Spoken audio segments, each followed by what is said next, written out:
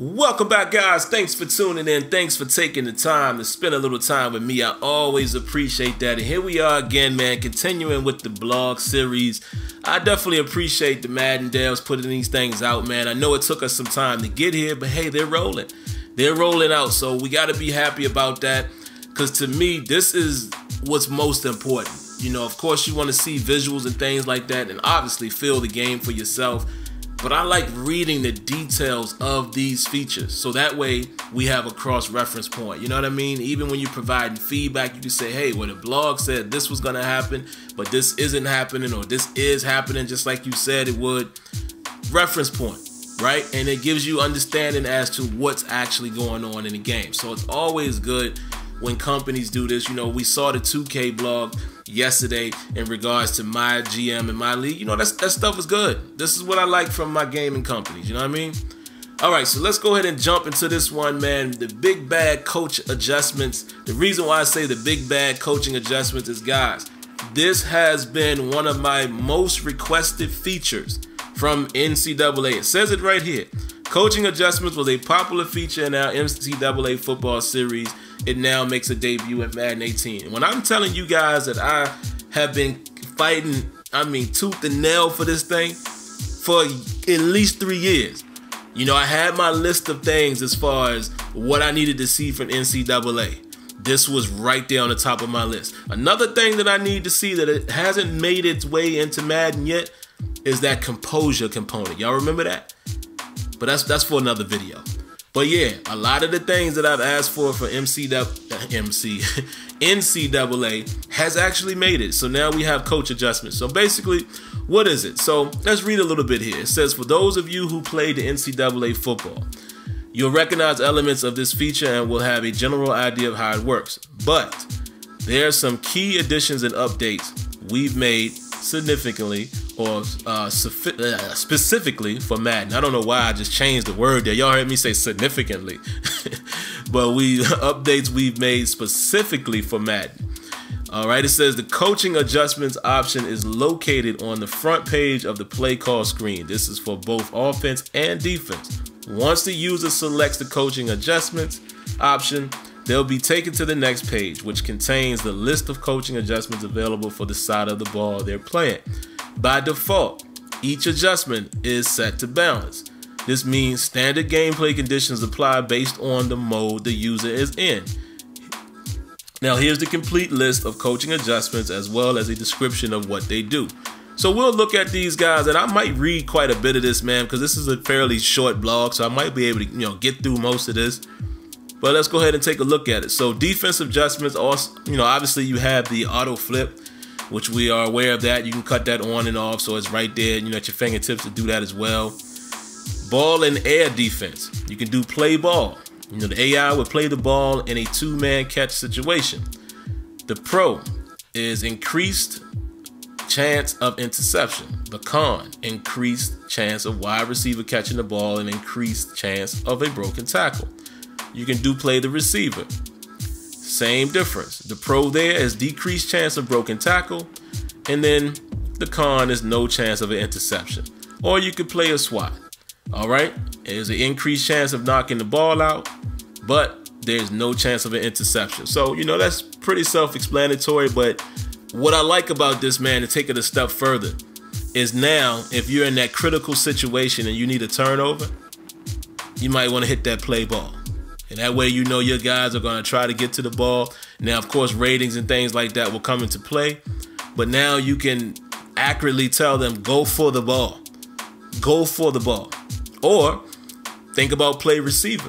When there's a situation where you just can't get, the corner or whoever you have defending a certain guy is never going to be in position to make the interception. Now you could just specifically say, listen, I need you guys on this play, just play the receiver, just make the tackle, knock the ball out. And obviously SWAT, you know what that means. Now here's another option. It says conservative, aggressive, right? It says focused on quarterbacks on the option. So that would be your pro. The conservative would be, the con would be dive and the pitch left open on the option, right? If you have aggressive, it says the focus is on the dive and the pitch on the option. And the con would be QB left open on the option. So that would be, your option defense or what have you right there. When it comes to pass rush, you have conservative and aggressive. The pro, if you're on conservative, outside rushers will play the quarterback, contain, and AI defensive lineman will look to swat the pass, right? The con would be no jump snaps bonus and also more time in the pocket for the quarterback. Now, if you put it on aggressive, AI pass rushers will attempt to jump the snap. The con is a higher chance of offsides penalty versus hard count. And there's a new addition that says here, pass rushers also see an increase in fatigue. Now that is interesting. That is interesting right there. You keep it on aggressive, you're going to tire your guys out. That's going to cause for substitution. So that's a very interesting fact right there.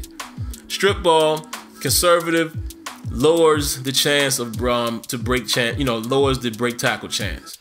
Con, the AI will not attempt to strip. And then aggressive, obviously a higher chance of AI to attempt to strip for a higher fumble. But the con would be a higher chance of a broken tackle or a face mask penalty. Tackling. AI defenders, the pro. AI defenders will tackle conservatively. The con is increases chances of allowing yards after. All right, if it's on aggressive, AI defenders will attempt to hit stick tackles for a higher fumble chance, but higher chances of missed tackles, because we now know the hit stick thing has been tuned as well. Now, the offense adjustments are, definitely a little more different. The reason why I say is because typically you're generally going to always be controlling the guy that has the ball. So this one, may or may not be, I guess it still would work. But, whereas defense, there's 10 other guys that could be doing things. So obviously the AI settings come more into play there. But either way, we'll take a look at the offense as well. The ball carrier. All right, if it's on conservative, the ball carrier protects the ball, decreases fumble chances, so it will do that on its own, so that's kind of good. Decreased ability to break tackles is the con. On aggressive, the higher chance of triggering auto break tackles. The con would be increased fumble chances. All right, blocking. Now, I guess for blocking, this is one that you're not controlling, so this definitely, is heavily, weighed against the AI. If you have it on conservative blocking, your pro would be decreased chances of holding penalties. The con would be hold blocks less for runs and passes. Very interesting. So again, think about a situation, guys, when you need this first down. You need them to give you a little bit of time. You're trying to hit your guy over the top. Single man, and single high safety, something like that. And you need a little extra time. You might want to flip it to aggressive real quick. So let's read aggressive. Holds blocks longer for runs and passes, but there's an increased chance of holding. So, hey, the funny thing about this, guys, is you all remember when you probably heard me say this, those of you who are familiar with me, when I told you my idea for sliders. I want sliders to be effort. You know what I mean? I want it to be an effort thing. And that's what sliders should be. It shouldn't dictate the frequency or the success rate of what you're trying to do, but it should dictate the effort. And this right here correlates to that, because if you put it on aggressive, he's basically giving maximum effort, and it's increasing his chances of holding. That to me is very similar to my idea, right? Because obviously if it's on aggressive, it's going to increase his chance of holding, because in my mind, my crazy world, I'm thinking, oh, he's going to try to hold that block as long as he can. That's beautiful. Deep pass catching. Conservative. Receivers will attempt a rack catch, increases run after. The con would be increased interception chance, obviously. Aggressive. Receivers will attempt an aggressive catch, which we all are familiar with that. The con would be decreases run after catch chance.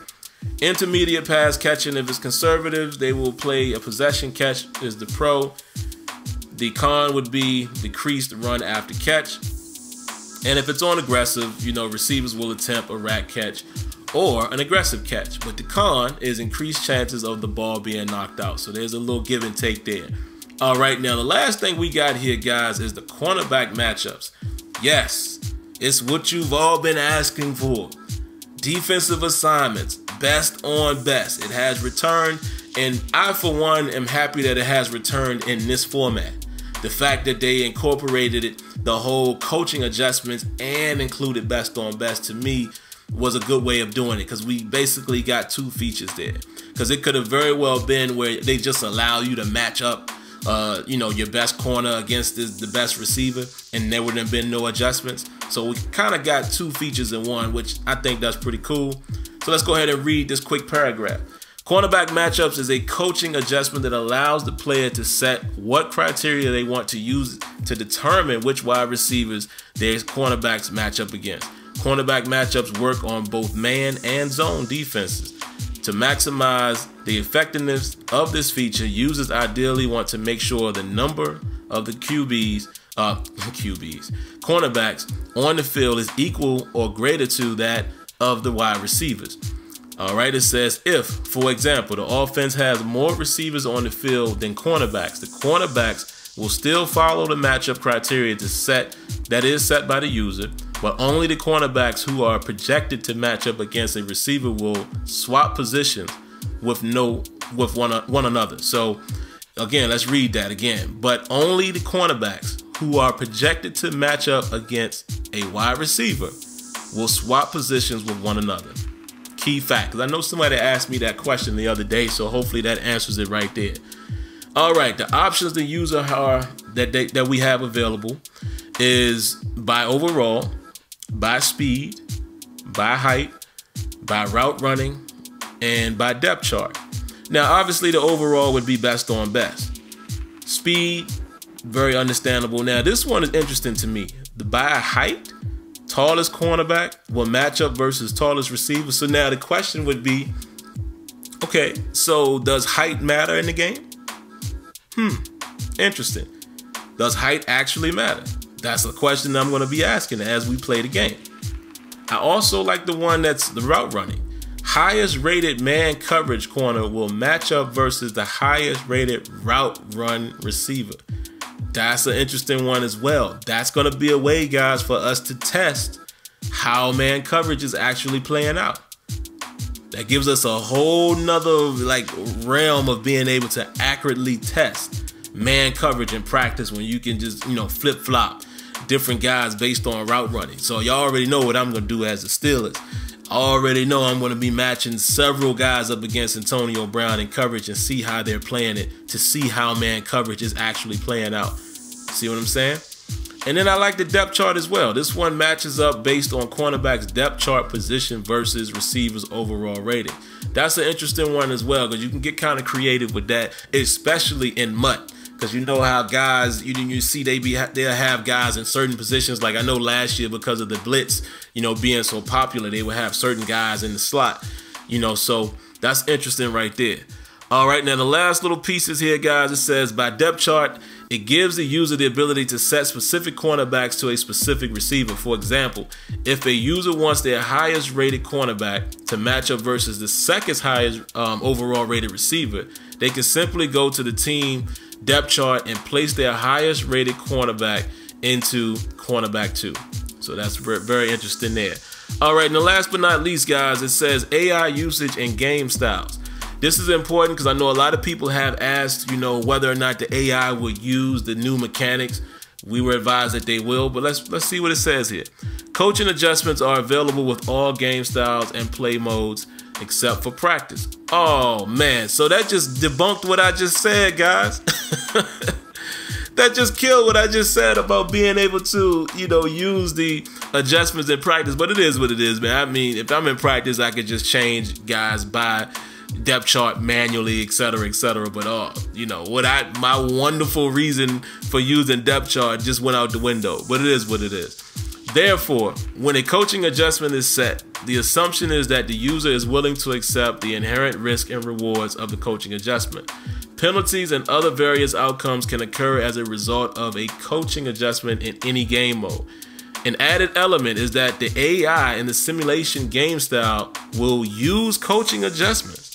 When the AI uses coaching adjustments, and if that adjustment had an impact on the play result, a drop-down banner will appear under the in-game scoreboard HUD displaying the adjustment that triggered. Wow. That is interesting. And I love that. I love that, because as much as I play an online CFM, I'm always playing a CFM offline as well, and that way we'll be able to see if the coaching from the the CPU, the AI is actually adjusting to what I'm doing. Like that. Let's see how far that goes, man, because y'all know my mind goes to, okay, now we should be starting to be able to get some real adaptive AI at some point, right? That's just how my mind thinks. But here it is, man. It just shows you the coaching adjustments that the AI will use. So they will use all of this, cornerback adjustments, the pass rush, strip ball, conservative, aggressive, tackling. Beautiful. Can't ask for better than that. And again, to me, my crazy mind tells me that's one step closer to having some actual adaptive AI in the game. All right, so hope I didn't bore you guys to death, man. I figured, these last couple blogs that I did, I'd do a little more reading and, kind of break it down like that, because some people have asked for it. So hope you guys enjoyed the video. You know the routine. If you haven't already, make sure you subscribe to the channel. Cut on your notifications to make sure you are aware when a video is available. And I promise, man, it will never hurt you to hit that like button. All right, guys, until next time. We'll catch you in the next video. Peace.